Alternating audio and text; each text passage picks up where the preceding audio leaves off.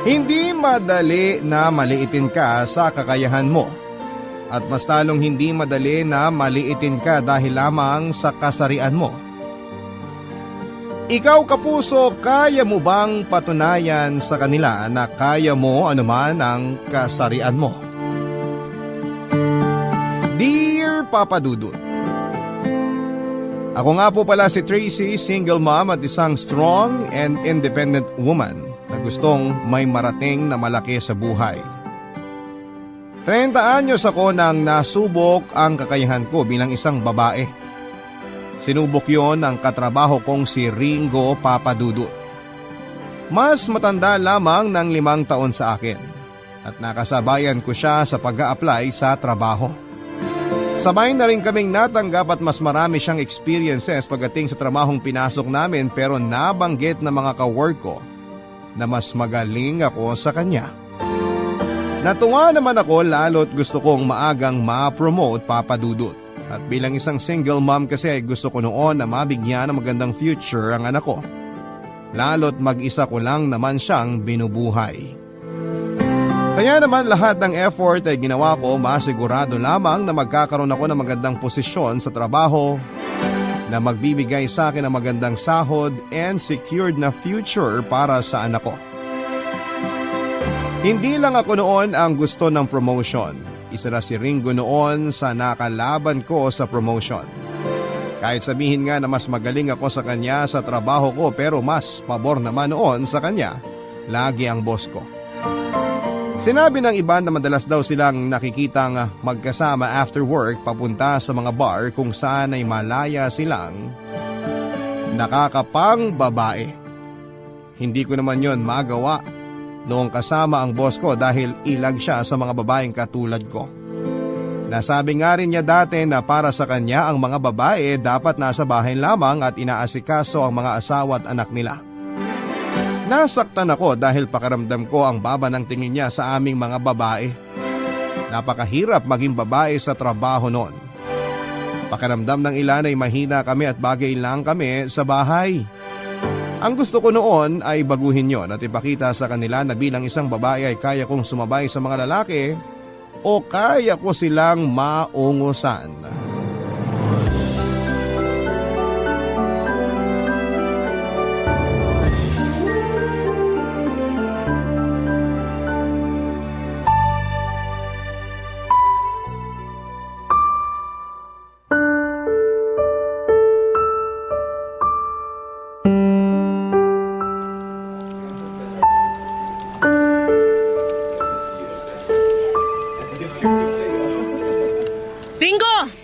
Yo! Huwag mo ako ma-yo-yo dyan, ha? Init agad ng ulo ah. May buwan ng dalaw. O buntis ka na naman. Wala kang pakialam sa nangyayari sa matres ko. Mag-usap tayo.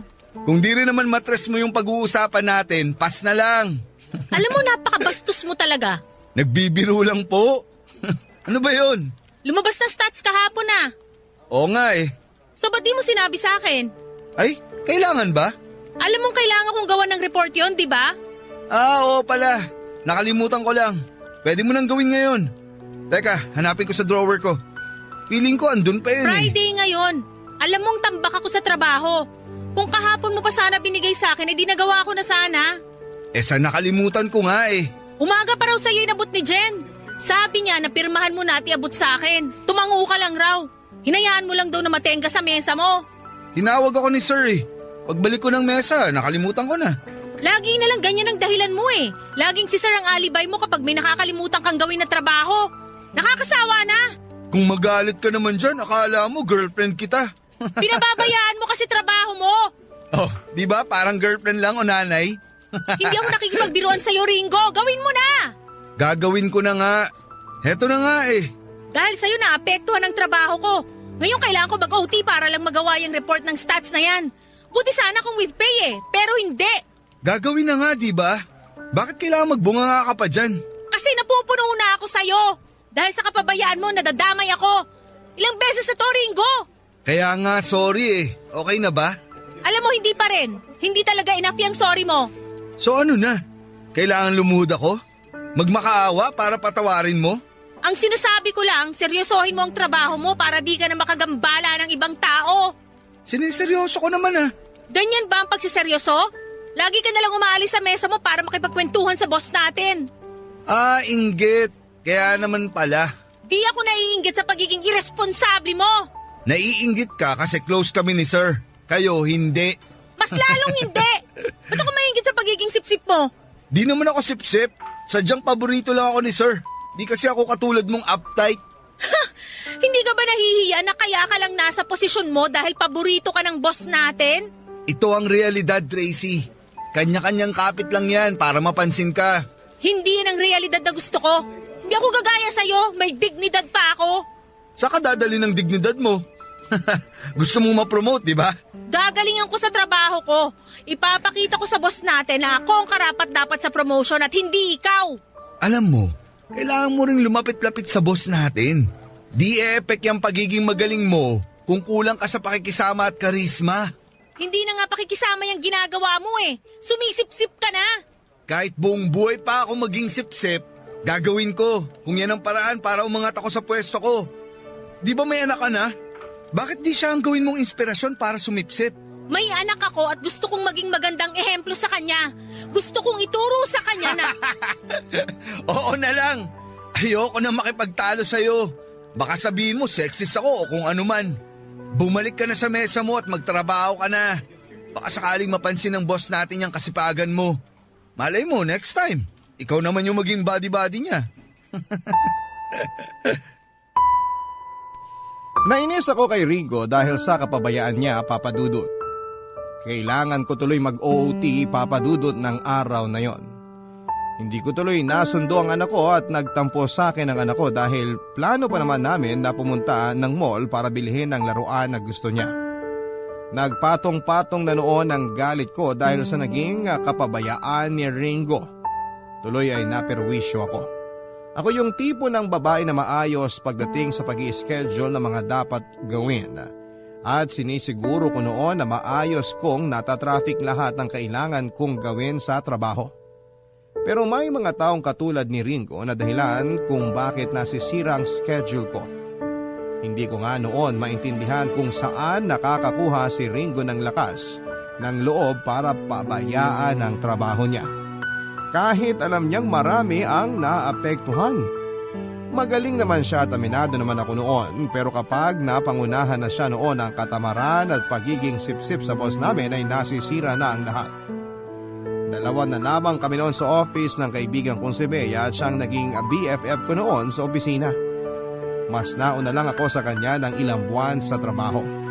Pero mas nauna akong na-promote kesa sa kanya. Hindi naman sumama ang loob noon ni Bea dahil alam niyang deserving ako sa posisyon ko. Malaki ang suporta niya noon sa akin para ma-promote pang muli. Ayaw niya noon na ma-promote si Ringo dahil tulad ko ay nakaramdam din si Bea ng pangmamaliit sa kakayahan niya bilang isang babae. Kaya sinabi niya sa akin na gawin ko ang lahat para isa man sa amin ay mailagay sa mataas na pwesto para mapatunayan namin sa aming opisina na hindi lang lalaki noon ang dapat mabigyan ng magandang trabaho. Karamihan kasi noon sa trabaho namin ay mga lalaki at sila madalasang nabibigyan noon ng boss namin ng pabor at ng promotion.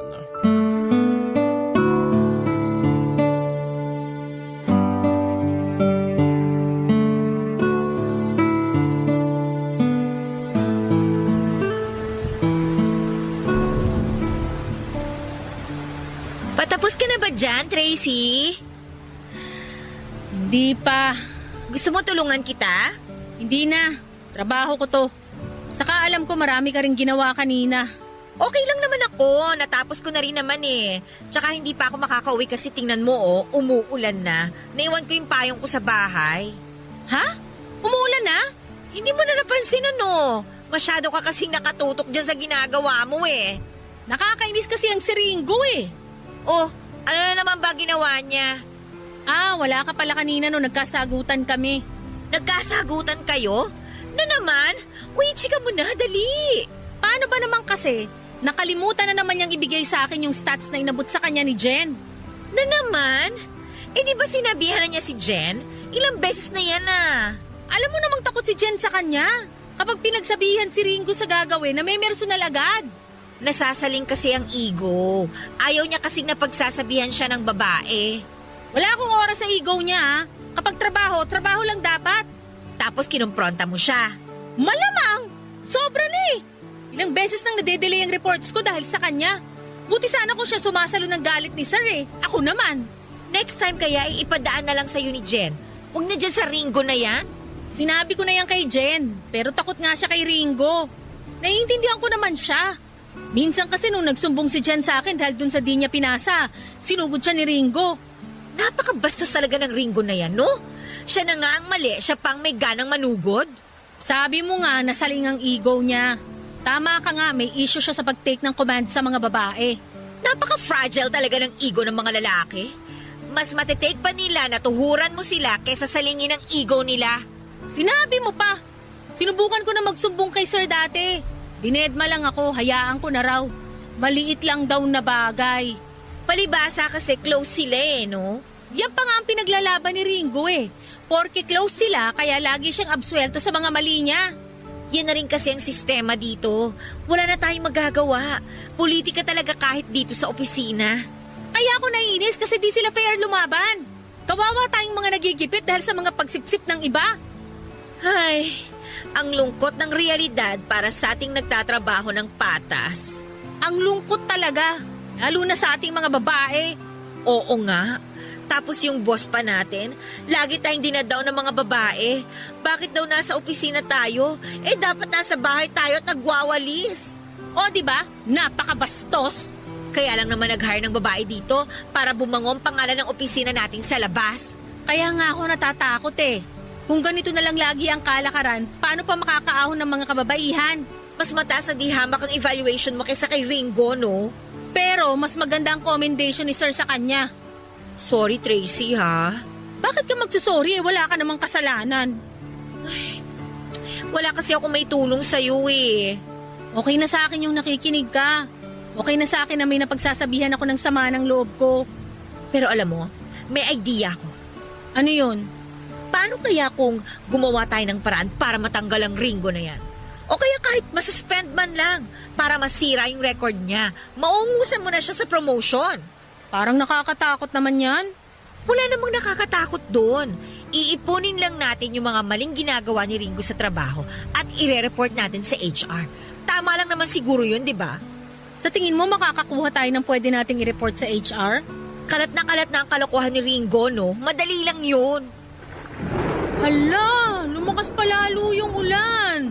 Ay girl, sign niya na wag muna tayong umuwi para mapag-usapan natin yung plano natin sa Ringo na yan. Natuwa ako sa kinalabasan ng pag-uusap namin ni Bea, Papa Dudut. Hindi ko po inakalang pati pala siya ay may lihim na inis kay Ringo. Hindi naman ako masamang tao, Papa Dudut. Naisip ko rin lang kasi na tama naman ang sinabi ni Bea. Oras na rin noon para may umabante para sa tama. Marami nang ginawang mali si Ringo sa opisina pero lahat ng iyon ay napagtatakpan dahil close sila ng boss namin. Aminado rin ako na ego ko ang drive para sundin ang pinayo ni Bea. Nasaling din ang ego ko syempre, babae naman ako pero meron din naman akong ego na pinoprotektahan. Hindi ako pumayag noon na isang katulad lamang ni Ringo ang sisira noon. Akala noon ni Ringo siya lang ang may ego na natatamaan kapag nagkakaproblema kaming dalawa, ako rin kaya. Kaya naman naisip ko na HR ang makakatulong sa issues ko kay Ringo. Plinano namin ni Bea ang dapat gawin para masiguradong masuspende si Ringo. Gabi na siguro nang matapos kami. Nagpatila din kasi kami ng ulan at pagka-uwi ko ng bahay ay nakatanggap kagad ako ng tawag sa boss ko. Pinagalitan niya ako dahil sa na-late na pag-send ko ng report. Sinubukan kong sabihin na si Ringo ang may kasalanan kung bakit ako na-late nag-send pero hindi niya ako binigyan ng chance na magsalita. Para sa kanya noon ako ang may mali dahil sa akin ang endpoint ng reports. Sinisisi niya ako dahil mas marami pa raw akong time na magpaganda o makipagkwentuhan sa mga katrabaho kong babae. Kinumpara pa niya ako kay Ringo na pulido raw kung magtrabaho. Nagngingit-ngit ako sa galit kung alam lamang niya kung ano ang nangyari. Ewan ko na lang kung kakampihan at pupuriin pa niya si Ringo. Humingi na lamang ako noon ng sorry at bago niya binaba ang tawag ay nakarinig pa ako ng mura na galing sa kanya. Barangay Love Stories. Barangay Love Stories. Papa Dudut, mas lalo akong ginanahang gumawa ng paraan para masuspend o matanggal sa trabaho si Ringo. Pinag-usapan namin ni Bea ang gagawin at marami kaming ginawang reports tungkol sa mga maling ginagawa ni Ringo sa oras ng kanyang trabaho. Maraming beses siyang hindi nagta-time in kapag nalilate siya at sinasabi niya noon na may problema raw ang biometrics, kaya hindi siya nakapag-time in. Madalas din siyang nag-early out noon at tinutulungan po ako ni Bea kung paano namin yon mapapatunayan sa aming HR. Sinag din namin ang search history niya sa kanyang computer at lagi po siyang nanonood ng mga malalaswa at mga illegal sites na naging dahilan para mapasukan ng virus ang gamit niya noong computer. At dahil doon ay na-compromise ang mga save files. Nagda-download din siya ng mga illegal na mga software gamit ang internet at equipment ng opisina na ginagamit niya para sa kanyang negosyo. Doon kami nadali ang i-corner siya, Papa Dudut. Doon pa lamang ay alam na naming pwede na siyang matanggal.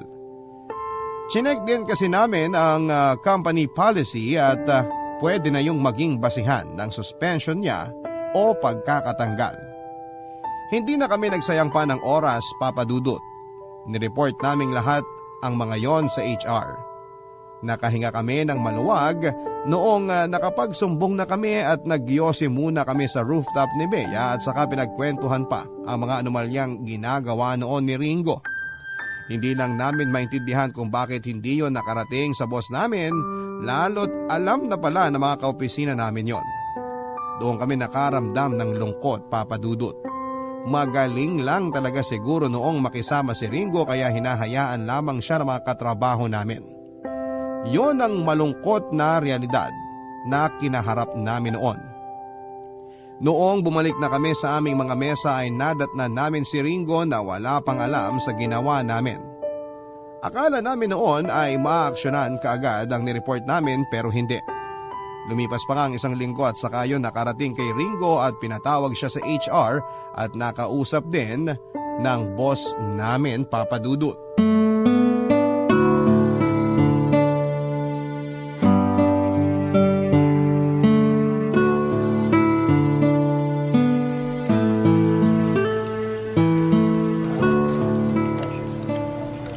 Kanina pa sila nag-uusap Masususpend na kaya si Ringo? Sa dami ng ginawa niya, baka nga matanggal pa siya Bakit kaya hindi ako nakakaramdam ng awa sa kanya? Ba't tayo maawa sa taong gumagawa ng mali? Siyempre, tao lang naman ako, no? Dahil sa atin, mawawalan siya ng trabaho. Siya ang dahilan kung bakit siya mawawalan ng trabaho. Tayo ba'y gumawa ng mali? Hindi naman, di ba? Choice niya yun. Kung sa bagay, ay, malalaman kaya niya na tayong nagsumbong? Sabi ng HR, hindi naman. Girl, lumabas na sa office si na Sir at Ringo. Oh, ba't parang masaya pa si Ringo? Papalapit na siya rito. Uy, mauna na ako sa table ko, ha? Sige, sige. Oh, kinausap ako ng HR. Ah, talaga? May nag-report daw sa akin. Anong sabi? Marami. Basta, gusto ako masuspend ng HR. Wow! Mabuti na lang at dumating si Sir. Hindi ka masususpend? Sa tingin mo? Siyempre, pinagtanggol ako ni Sir. Hindi ba parang unfair yon? Mas unfair kaysa sa ginawa mong pangtatraidor sa akin? Tracy, alam kong ikaw ang nag-report sa akin. Ako nga, may problema ba? Napundi ko na ba talaga ang ego mo? Kaya gusto mo na akong sirain? Ikaw mismo ang sumisira sa sarili mo. Kung di ka gumagawa ng mali rito sa opisina, hindi ka mahahanapan ng butas. Ikaw ang gumawa ng butas. Talagang ayaw mong tanggapin ang mga mali mo, no? Tanggap ko naman. Di tanggapin mo kung masususpend ka o matatanggal. Yan naman ang di ko tanggap. Well, bahala na ang HR sa'yo. Sigurado naman akong gagawin nila kung ano yung tama. Ginawa naman na nila ang tama. Suspended ako. Good for you! With pay. Thank you ah. Saan pa maganda magbakasyon? Hindi ka man lang nag-worry sa mangyayari sa records mo after ng suspension mo? Hindi. Hindi ka nag-worry na dahil sa suspension mo ay hindi ka mapopromote? Hindi. Alam kong di ako papabayaan ni sir. Ganyang kakakampante sa pagiging sip-sip mo? Oo. Ikaw, kampante ka ba talaga na sa pagsusumbong mo mapapahamak ako? Kasi tama ako sa ginawa ko. Tama ka man o ako yung mali, di mo ako basta-bastang masisira. Kakampi ko ang boss natin. Baka lang nakakalimutan mo. Yan lang naman ang hawak mo, Ringo. Ikaw, kahit anong hawak mong ebidensya laban sa akin, talo ka pa rin. Tingnan natin. Hindi ako takot sa'yo. Yan ang pagkakamali mo. Anong ibig mong sabihin? Ang gusto ko lang sabihin, tignan na lang natin. O siya, magre-ready pa ako sa bakasyon ko. Saan kaya ako pupunta? Sa impyerno. Libre ka ron. Doon ba tayo magde-date? May discount ka ron for sure. Makipag-date ka kay Judas. Judas? Yung traidor? Mas bagay kung kayo ang mag-date. May something in common naman na kayo eh. Bye! Papadudot, hindi naman ako kinabahan sa sinabi ni Ringo. Alam kong nasa side ko noon ang tama at wala naman akong ginawang mali o masama sa trabaho. Kampante ako noon na walang mangyayari sa akin at malinis akong magtrabaho at base sa records ko noon ay walang makikitang butas si Ringo para gamitin laban sa akin. Sa paglipas ng mga araw at linggo ay wala namang nangyaring masama sa akin, papadudot. Nang nakabalik na si Ringo after ng suspension niya, ay doon na siya nagsimulang magparinig at may halong pagbabanta pa ang mga salita niya. Hindi naman ako natakot. Sinabi ko nga na wala naman akong dapat na ikatakot dahil wala akong ginagawang mali. Pinagbutihan ko pa ang trabaho ko para lamang mapahiya siya lalo. Pinagbutihan ko pa ang trabaho ko para hindi ako makitaan ng butas ng demonyong si Ringo. Hanggang isang araw ay nagulat na lamang ako noong nasuspend si Bea ng 2 linggo. Nalaman kasi ni Ringo na kasama ko si Bea sa pag-report sa kanya sa HR. Panayang iyak ni Bea dahil hindi niya inakalang sa maliit na bagay lang ay masususpend siya. Naawa ko sa kanya dahil no pay pa ang suspension na pinataw sa kanya. Dahil lang yon sa pagbibenta niya minsan ng mga ginawa niyang bracelet sa trabaho. Bawal daw kasi yon. Isang beses lang ginawa at noong sinita siya ng boss namin ay tinigil na kaagad niya. Akala namin noon ay mapapalampas na yon pero hindi pala. Inungkat yun ni Ringo at nakakainis lang na isipin kung gaano kalawak ang politika sa trabaho. Mas lihamak na mabigat ang ginawang mali ni Ringo pero mas mabigat ang naging parusa para kay Bea. Doon ako kinabahan. Tama nga naman si Ringo. Hawak niya noon ng braso ng boss namin at kaya niyang pasunurin noon ang boss namin.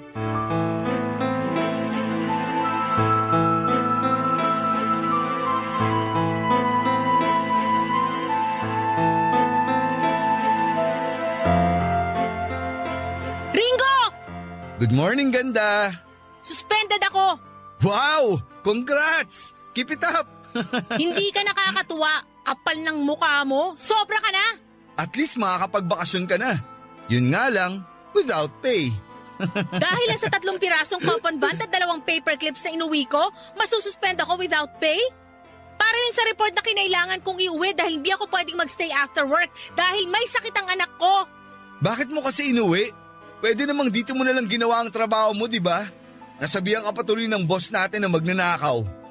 Kung inagahan mong tapusin yung mga kailangan mong pirmahan, di sana nagawa ko rito sa office yung reports na kailangan kong gawin. Aba, bakit bumabalik sa akin? Di mo ba kayang tanggapin na mali ka? Di ko matatanggap. Sobra namang laki ng ego mo. Tinalo mo pa yung sa akin. Babae ka ba talaga? Patingin nga. Pasilip, dali. Bastos ka talagang demonyo ka. Walang kinalaman gender ko rito. Ang sa akin lang, di ka marunong makisama. Ayan tuloy, diyan kita nadali. Hindi ka ba nahihiya sa ginagawa mo? Hindi ka marunong lumaban ng patas? Eh kung di ka lang masyadong pakialamera, di naman mangyayari sa'yo ito ngayon. Pinuna ko lang kung ano yung mali mo. Pinuna ko rin kung ano yung mali mo. Patas lang yun. Patas? Asan doon ang patas? Pareho tayong nasuspend. Quits na tayo. Nasuspend ka dahil sa pagtatamper mo sa biometrics? Nanonood ka ng mga malalaswang video sa isang illegal na site? Nakasira ka ng maraming files dito sa opisina? Marami ka pang ginawang mali pero anong parusa sa'yo? Suspension with pay! Tapos ako, dahil lang dun sa coupon band at paper clips, masususpend without pay? Asan dun ang patas? Aba malay ko. HR ang nag-decide. Sa kanila ka magalit. Alam mo kung anong ginawa mo, Ringo. Alam mo! Eh kahit naman alam ko, wala ka na rin namang magagawa. Eh andyan na eh. Nangyayari na eh. Tanggapin mo na lang. Napakawalang hiya mo! Hindi ka kasi marunong makisama.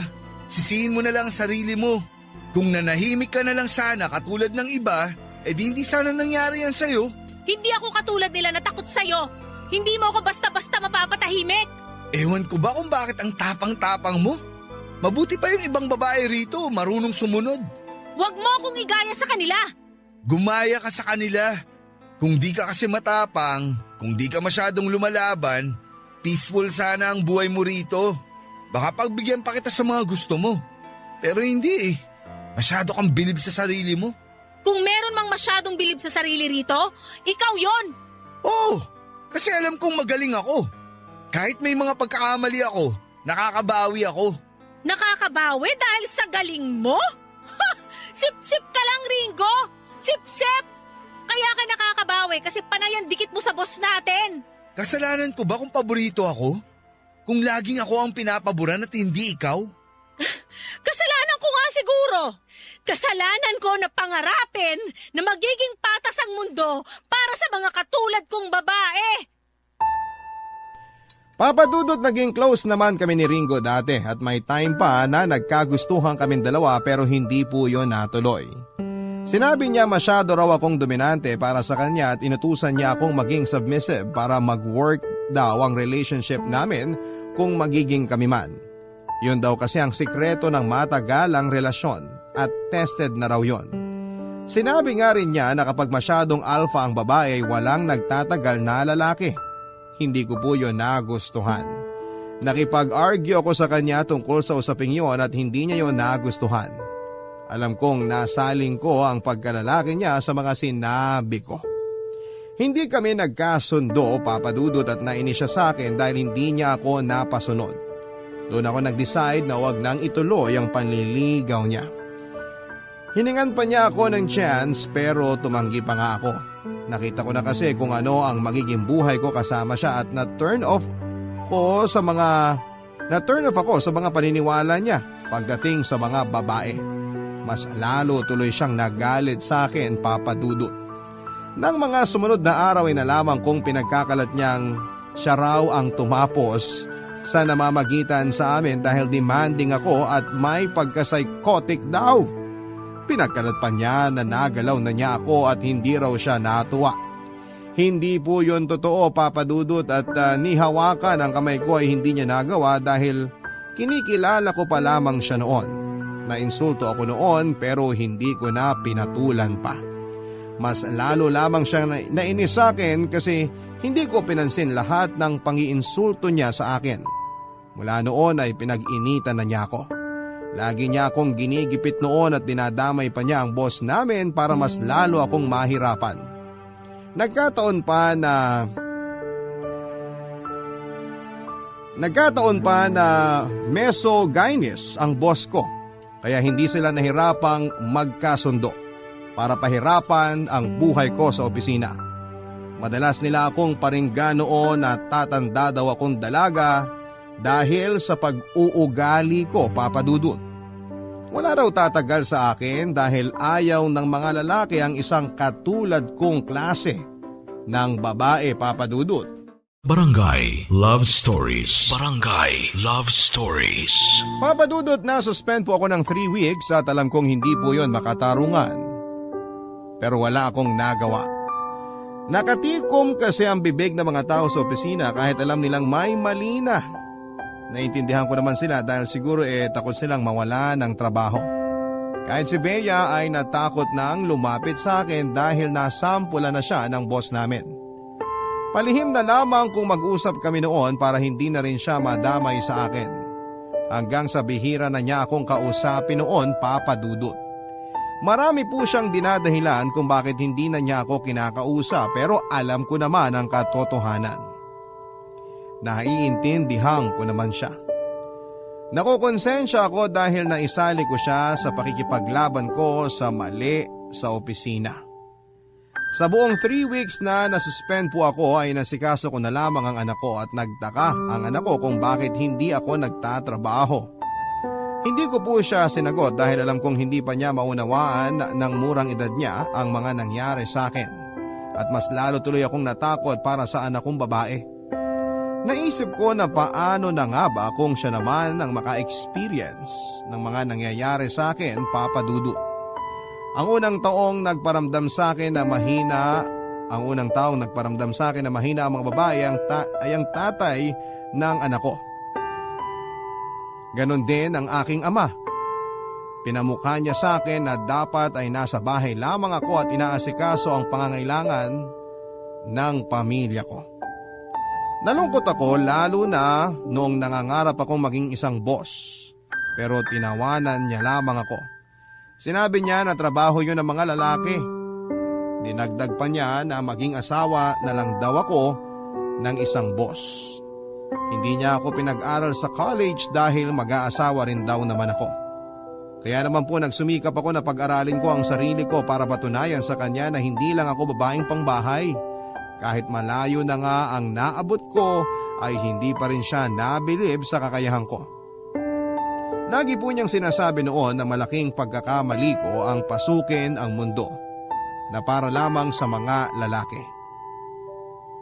Sinabi niya na mahihirapan lang daw ako at masasaktan dahil pinipilit kong ipaglaban ang pagkababae ko sa mundo ng mga lalaki. Sinabi niyang concern lamang siya sa akin dahil alam niya ang galaw ng mga lalaki. Pinatunayan ko sa kanya na mali siya, Papa Dudut, pero noong mga nakaraan ay na-realize kong mukhang tama nga ang tatay ko sa lahat ng yon, Papa Dudut.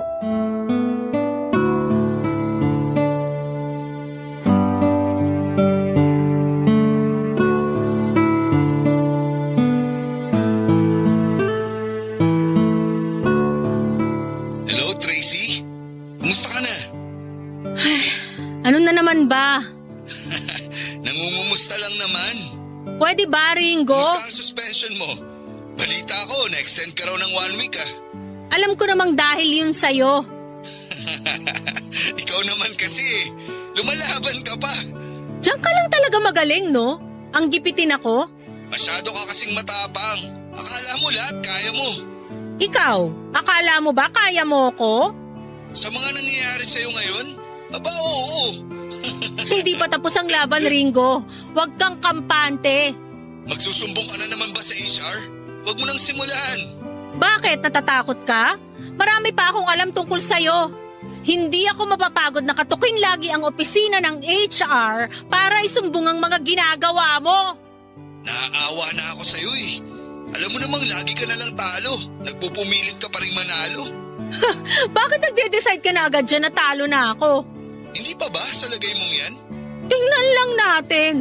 Tingnan na lang natin? Yan ang sagot ng mga taong wala naman talagang kayang gawin eh. Oo na lang, Ringo. Oo na lang. Mahirap bang aminin sa sarili mo na talo ka na? Bakit ba gigil na gigil kang matalo ako, Ringo? Ganun na ba katindi ang epekto ko sa buhay mo para gustuhin mong mapabagsak ako? Alam mo... Masyado bang masakit sa ego mo na kinakalaban ka ng babae?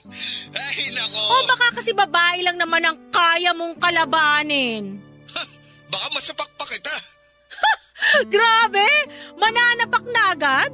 Ganyan na ba ang epekto ko sa'yo, Ringo? Sorry kung naaapakan ko ang pagkalalaki mo, ha?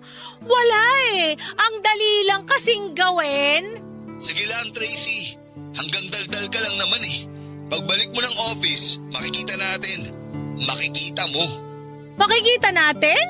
Makikita ko? Di ba ganyan din ang linyahan ng mga taong wala naman talagang kayang gawin? Pag bumalik ka na, papahirapan kita. Tandaan mo tong sinasabi ko sa'yo. Pagsisisihan mo yung kayabangan mo. Uy, ang scary naman po! Sige na, tumawa ka ngayon. Nakakatawa ka naman kasi. Thank you sa pagtawag mo ha. Napatawa mo ako talaga. Kaya pala ayaw sa'yo ng boss natin eh. Nagigets ko na. Uy, naghahanap ng kakampi. Go lang. Magkampihan kayong dalawa. Akala nyo, takot ako sa inyo? Matakot ka talaga. Hindi mo alam kung anong pwede namin gawin sa'yo. Pinagbabantaan mo ako? Ha? Kaumay. Bakit? Gigipitin niyo uli ako? Isususpend uli? Ano pa? Sawang-sawa na ako sa ginagawa niyo kapag di niyo ako napapasunod. Pero di ibig sabihin nun, hahayaan ko lang kayo. Kung meron mang dapat magbanta rito, ako yon. Hindi niyo alam kung anong kaya kong gawin. E di gawin mo kung ano man yung pinagmamalaki mong kaya mong gawin. Tingnan na lang natin. Tingnan na lang natin? Ha! Yan ang sagot ng mga taong wala naman talagang kayang gawin, di ba?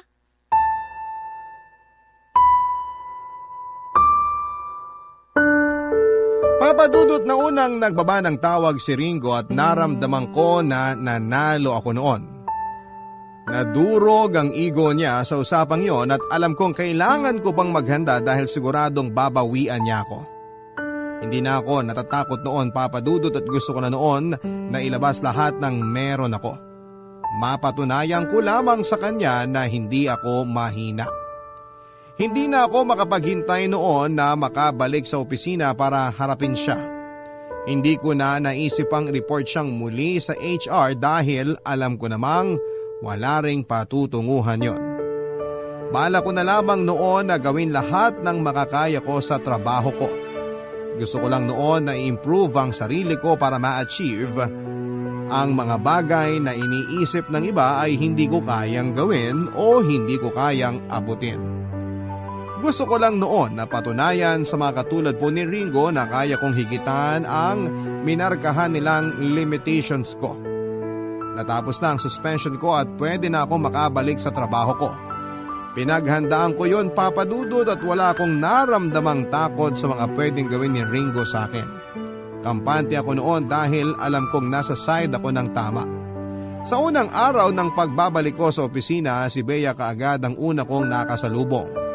Nakita kong alanganin ang itsura niya noong nakita niya ako. Sinubukan pa nga niya akong iwasan noon pero naharang ko siya kaagad. Alam ko noon na medyo takot pa rin siyang lapitan ako dahil ayaw niyang madamay pa sa gulo namin ni Ringo. Nabalitaan ko rin sa ibang kawork namin na may posibilidad na hindi daw siya ma-renew sa trabaho dahil sa natanggap niyang suspension noon. Mula noon, nalaman din ni Ringo na nagkampihan kami ay pinag-initan na niya si Bea. Kaya nga mas lalo akong nagpursige na labanan pa si Ringo para mawala na ang takot ni Bea, papadudot.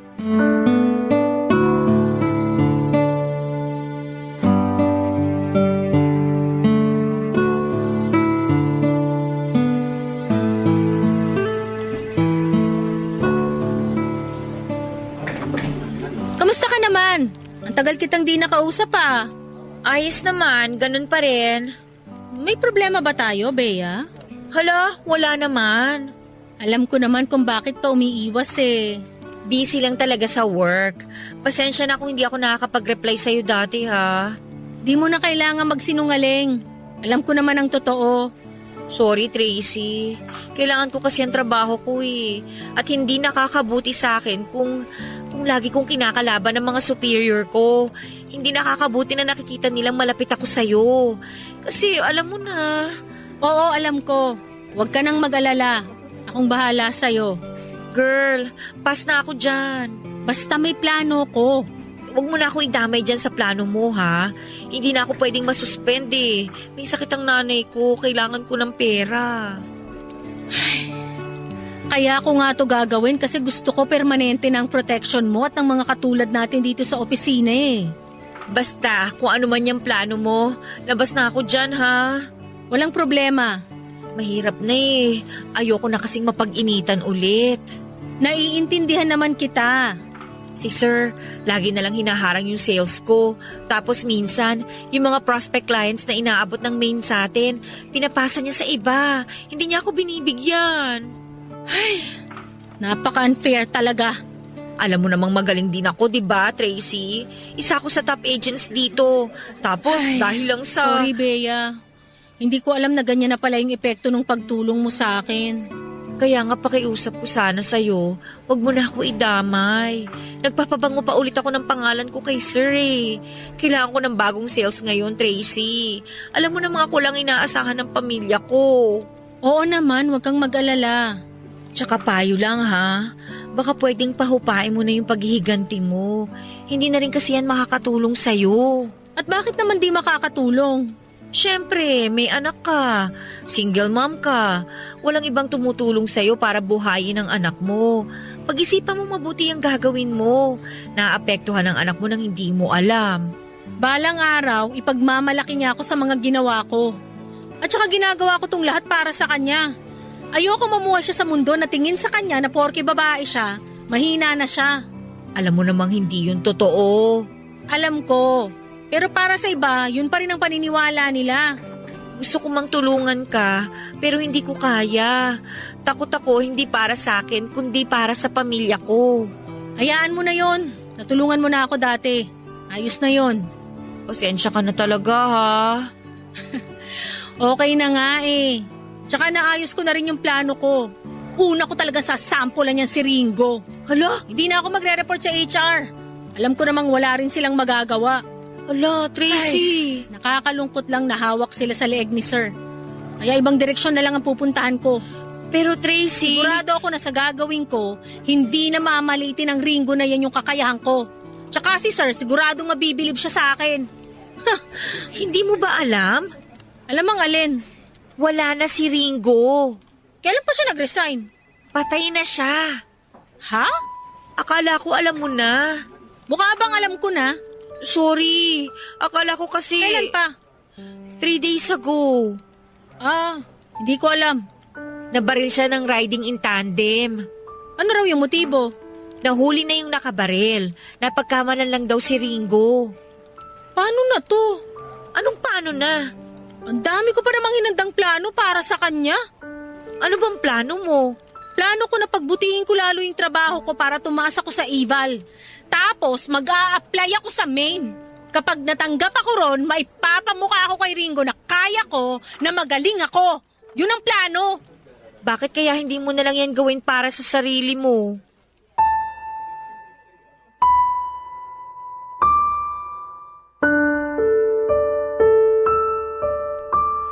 Papa Dudut, hindi pa rin po ako makapaniwala noon na nawala na ang number 1 na kalaban ko. Hindi po ako makapaniwalang natapos ng gano'n na lamang ang laban naming dalawa. Dapat nga ay makaramdam ako noon ng saya dahil wala nang kumukontra o naninira sa ego ko. Wala na yung taong nagpapakulo ng dugo ko sa tuwing maaamoy o makikita ko. Wala na akong kalaban sa promotion at wala na yung taong dahilan kung bakit ako na-challenge para pagbutihin ko lagi ang trabaho ko. Wala na. Doon ko po na-realize kung ano ang naiambag ni Ringo sa pagkatao ko.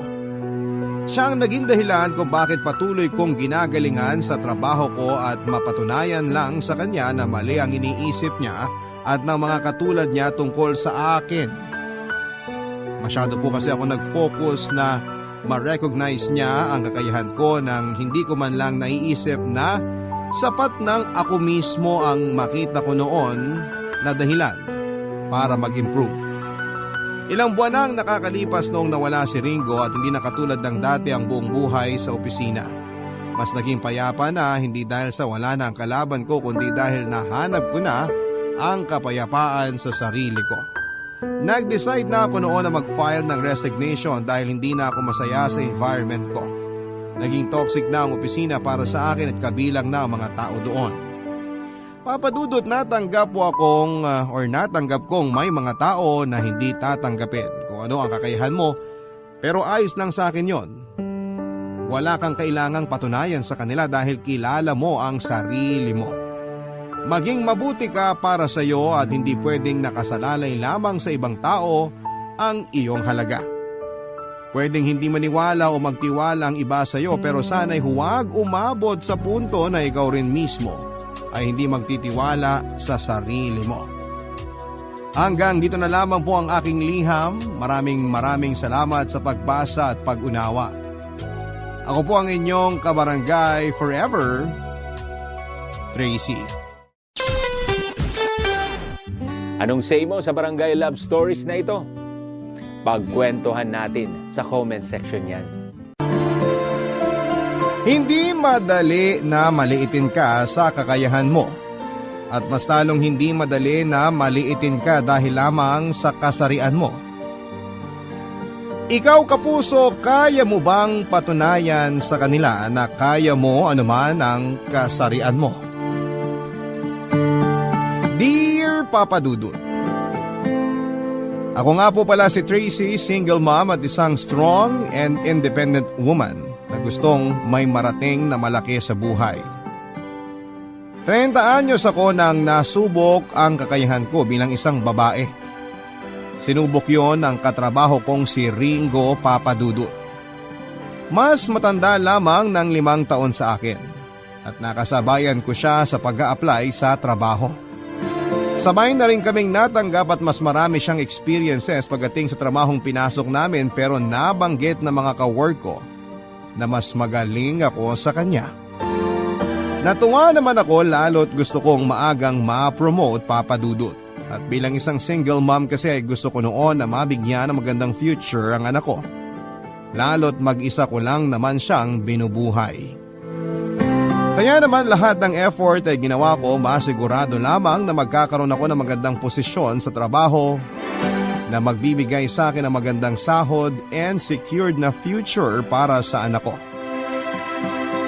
Hindi lang ako noon ang gusto ng promotion. Isa na si Ringo noon sa nakalaban ko sa promotion. Kahit sabihin nga na mas magaling ako sa kanya sa trabaho ko, pero mas pabor naman noon sa kanya lagi ang boss ko.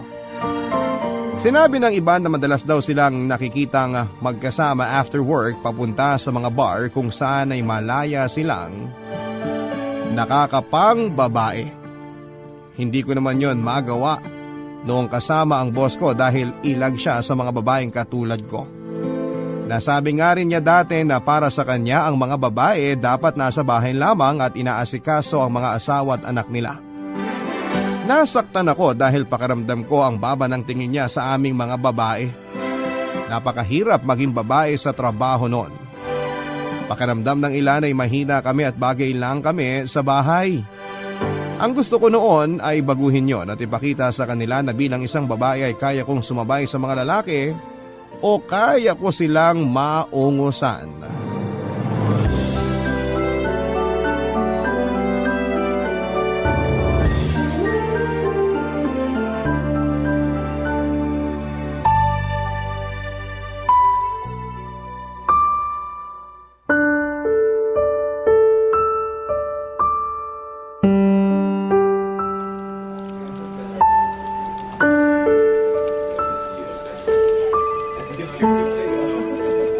Ringo!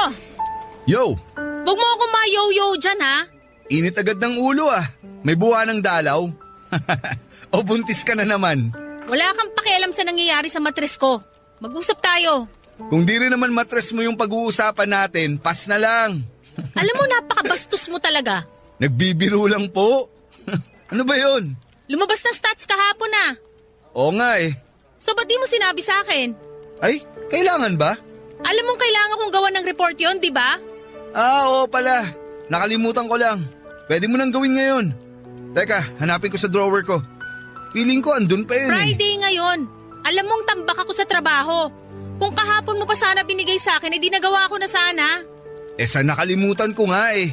Umaga pa raw sa'yo inabot ni Jen. Sabi niya na pirmahan mo na at iabot sa akin. Tumango ka lang raw. Hinayaan mo lang daw na matenga sa mesa mo. Tinawag ako ni Sir eh. Pagbalik ko ng mesa, nakalimutan ko na. Lagi na lang ganyan ang dahilan mo eh. Laging si Sir ang alibay mo kapag may nakakalimutan kang gawin na trabaho. Nakakasawa na. Kung magalit ka naman dyan, akala mo girlfriend kita. Pinababayaan mo kasi trabaho mo. Oh, di ba parang girlfriend lang o nanay? Hindi ako nakikipagbiruan sa'yo, Ringo. Gawin mo na. Gagawin ko na nga. Heto na nga eh. Dahil sa'yo naapektuhan ang trabaho ko. Ngayon kailangan ko mag-OT para lang magawa yung report ng stats na yan. Buti sana kung with pay eh, pero hindi. Gagawin na nga, di ba? Bakit kailangan magbunga nga ka pa dyan? Kasi napupuno na ako sa'yo. Dahil sa kapabayaan mo, nadadamay ako. Ilang beses na to, Ringo. Kaya nga, sorry eh. Okay na ba? Alam mo, hindi pa rin. Hindi talaga enough yung sorry mo. So ano na? Kailangan lumuhod ako? Magmakaawa para patawarin mo? Ang sinasabi ko lang, seryosohin mo ang trabaho mo para di ka na makagambala ng ibang tao. Siniseryoso ko naman ah. Ganyan ba ang pagsiseryoso? Lagi ka nalang umaalis sa mesa mo para makipagkwentuhan sa boss natin. Ah, inggit. Kaya naman pala. Di ako naiinggit sa pagiging irresponsable mo. Naiinggit ka kasi close kami ni sir. Kayo, hindi. Mas lalong hindi. Ba't ako maiinggit sa pagiging sip-sip mo? Di naman ako sip-sip. Sadyang paborito lang ako ni sir. Di kasi ako katulad mong uptight. Hindi ka ba nahihiya na kaya ka lang nasa posisyon mo dahil paborito ka ng boss natin? Ito ang realidad, Tracy. Kanya-kanyang kapit lang yan para mapansin ka. Hindi yan ang realidad na gusto ko. Hindi ako gagaya sa'yo. May dignidad pa ako. Saka dadali ng dignidad mo. Gusto mong ma-promote, di ba? Gagalingan ko sa trabaho ko. Ipapakita ko sa boss natin na ako ang karapat-dapat sa promotion at hindi ikaw. Alam mo, kailangan mo ring lumapit-lapit sa boss natin. Di e-epek yung pagiging magaling mo kung kulang ka sa pakikisama at karisma. Hindi na nga pakikisama yung ginagawa mo eh. Sumisip-sip ka na. Kahit buong buhay pa ako maging sip-sip, gagawin ko kung yan ang paraan para umangat ako sa pwesto ko. Di ba may anak ka na? Bakit di siya ang gawin mong inspirasyon para sumipsip? May anak ako at gusto kong maging magandang ehemplo sa kanya. Gusto kong ituro sa kanya na... Oo na lang. Ayoko na makipagtalo sa'yo. Baka sabihin mo sexist ako o kung ano man. Bumalik ka na sa mesa mo at magtrabaho ka na. Baka sakaling mapansin ng boss natin yung kasipagan mo. Malay mo, next time, ikaw naman yung maging body-body niya. Nainis ako kay Rigo dahil sa kapabayaan niya, Papa Dudut. Kailangan ko tuloy mag-OT, Papa Dudut, ng araw na yon. Hindi ko tuloy nasundo ang anak ko at nagtampo sa akin ang anak ko dahil plano pa naman namin na pumunta ng mall para bilhin ang laruan na gusto niya. Nagpatong-patong na noon ang galit ko dahil sa naging kapabayaan ni Ringo. Tuloy ay naperwisyo ako.